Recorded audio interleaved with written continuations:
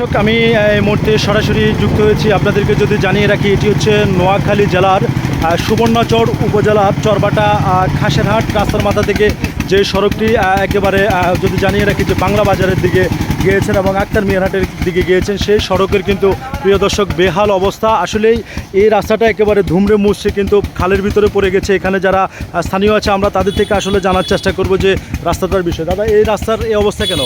এটা অনেক বছর ধরে এই অবস্থা। এখন আপনারা চাচ্ছেন কি? ভালো হয়, আপনারা কি চাচ্ছেন? নির্মাণ করার জন্য চাইতেছে। আপনারা চাচ্ছেন যে আপনাদের প্রাণের দাবি একটাই, যে রাস্তাটা যেন নির্মাণ করা হয়।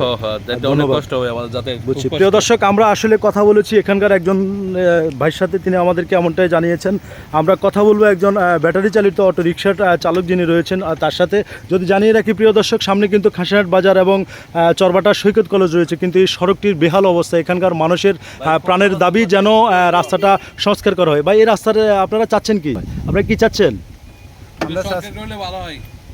আমরা চাচ্ছি মানে এই রাস্তাগুলোর কাজ হলে ভালো হইতে। এটা দিয়ে অনেক গাড়ি চলাচল করে, অনেক গাড়ি উল্টে অ্যাক্সিডেন্ট হয়, মানুষ নষ্ট হয়। মানুষ পরশুদিনে একটা উল্টেছে, বাচ্চা একটা মাথা হারিয়ে গেছে। আচ্ছা আচ্ছা।